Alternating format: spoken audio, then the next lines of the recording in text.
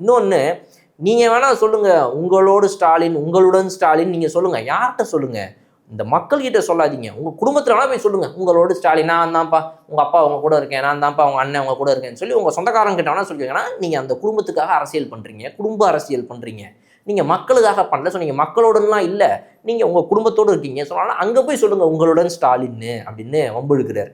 இன்னொன்று, 40க்கு 40 அப்படின்னு நீங்கள் வந்து பெருமையாக பேசிக்கிறீங்க. அது வேணால் வந்து போன எலெக்ஷனில், அதாவது இந்த 2024 நீங்கள் 40க்கு 40 அடிச்சிருந்துருக்கலாம். தமிழ்நாடு மற்றும் புதுகையை சேர்ந்து ஒரு 40 தொகுதிகள். இந்த 40 தொகுதிகளில் நீங்கள் வெற்றி பெற்று 40க்கு 40ன்னு சொல்கிறீங்க.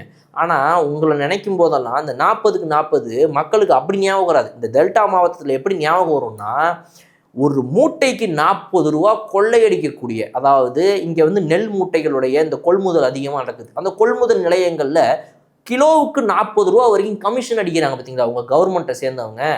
அதுதான் மக்களுக்கு ஞாபகம் வரும். ஸோ அந்த 40 ஞாபகம் வராது அப்படின்றாரு.